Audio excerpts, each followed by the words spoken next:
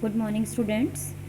Let's start our chapter number 2 with the topic tissue culture method of bio. Students, tissue culture. What is this tissue culture, students?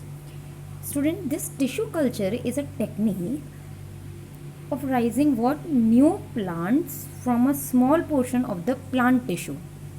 Okay, over a culture, or we can say that synthetic medium under some sterilized conditions.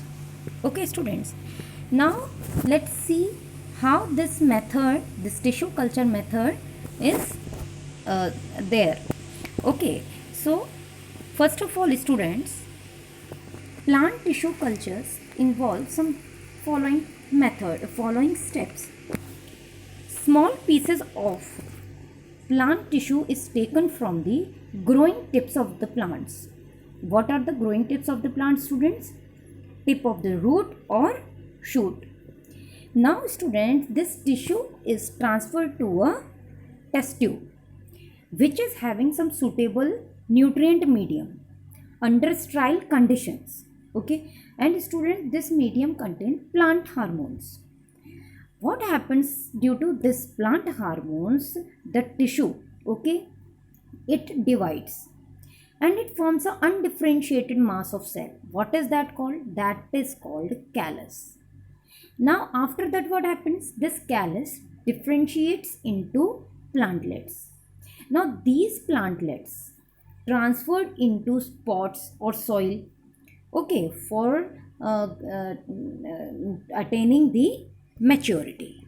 Okay, students, like this. Now what is the advantage of students this tissue culture? Tissue culture, students, is a scientific technique, okay, in which what happens, plant cells can be included to divide and grow into a complete new plant. So what are the advantages?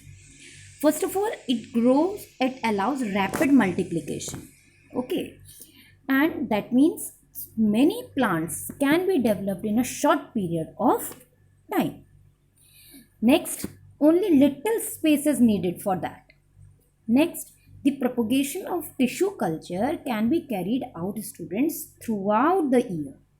Okay, and this technique is also used for the production of ornamental plants like orchids, dahlia, carnations, like this.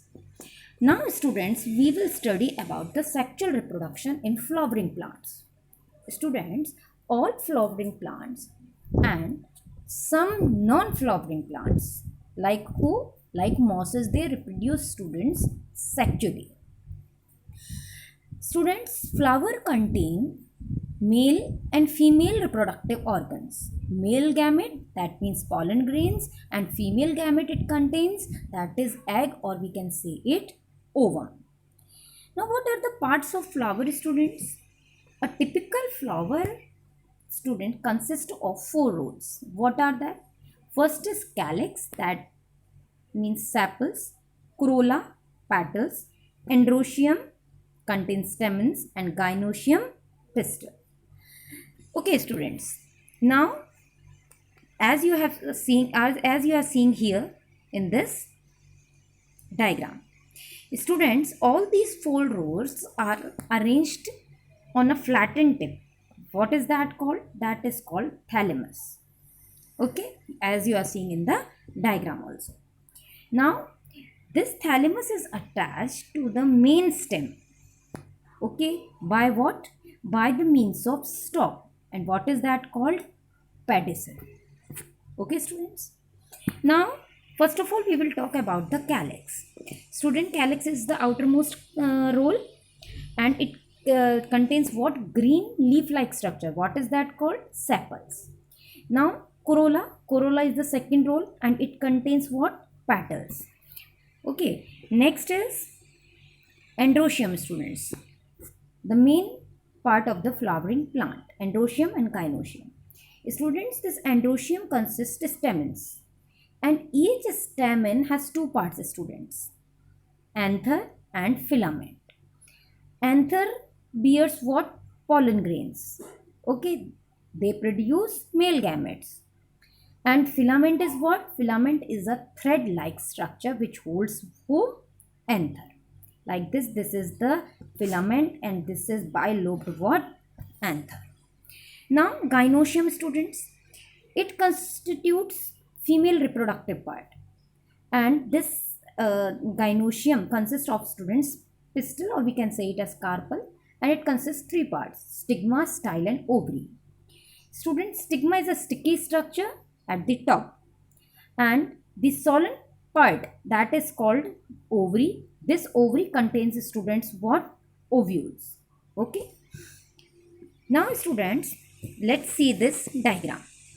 This is the gynoecium and the other is androecium. As you are seeing here, stigma, style, and ovary. Inside the ovary, ovules are there, and here androecium, anther, and filament. Inside the anther, pollen grains are there. So students, now let's see the difference between sexual and asexual reproduction. Students, asexual reproduction. In asexual reproduction, only one parent, okay, is needed, while sexual reproduction, both the parents are needed. Now, asexual reproduction, new plant is identical to the parent plant. Here, sexual reproduction, the newly developed plant is not same as its parents. Is in asexual plants, this asexual reproduction, it occurs in lower organisms, okay, while sexual reproduction, students, it requires fertilization, okay, in which fusion of female and male gametes take place. Now students, we will study about the pollination. Students, in sexual reproduction, fusion of male and female gametes occur, okay, but if both the gametes are non-motile, how is this occurred? Pollination, students, is the mechanism that helps to achieve this objective. For the fusion, student, pollen grains produced in the anther, they are transferred to the stigma of the same flower or the another flower. That is called, students, pollination. Okay. Now, what are the types of pollination? Students, pollination may be of two types: self-pollination and cross-pollination. Self-pollination. Student, the transfer of pollen grains from anther to the stigma of the same flower or the another flower of the same plant, that is called what? Self-pollination. What is cross-pollination? Transfer of pollen grains from the anther of one flower to the stigma of another flower of a different plant, okay, but of the same variety, that is called cross pollination, okay, as you are seeing here in the diagram. Transfer of pollen from anther to the stigma of the same flower, here of the same flower, okay. Here in the cross pollination, transfer of pollen grains from anther to the stigma of different flower of same variety. Understood? Now let's next see what are the agents of pollination. Okay, students, this cross pollination is brought by various agents. Now what are those agents? First of all, by insect. Students, insects like bees, butterflies, and moths like this, they usually visit one flower to another flower to get the nectar. Okay. Students, while feeding, students, they accidentally rub against stamens and pollen grains, and they get stuck all over their body, and when they visit to another flower, what happens? These pollen grains gets transferred to the stigma of that flower. Okay, like this pollination occurs in rose, marigold, jasmine. Now students, pollination by wind. Some flowers like rice, maize, and grass, they are pollinated by wind. Students, when the plants get matured, pollen grains blown away by wind. Okay, some of these pollen fall on the stigma of the another flower, and there it results in the pollination. Now pollination by water. In most of the aquatic plants, students, the male flower are completely submerged in water. What happens on the maturity? They get detached and they float on the surface of water. When they come in contact with the female flower, these first led to the pollination. Now, student, what are the characteristics of flower, those who are pollinated by insect, wind and water? So let's see what is the characteristics of the flowers pollinated by insects. They are large in size, they are brightly colored, sweet smelling, and they produce nectar in a large quantity. What about wind? They are small and they have dry and light pollen grains, students. The pollen grains are produced in a large quantity. Okay, so that at least some get chance to reach to the stigma. The style of the female flower is projected out and has a large feathery stigma. Okay, now what about the by water? They are very light so that they can float easily in the water. They do not produce nectar, students, and the pollen grains are produced in a large quantity.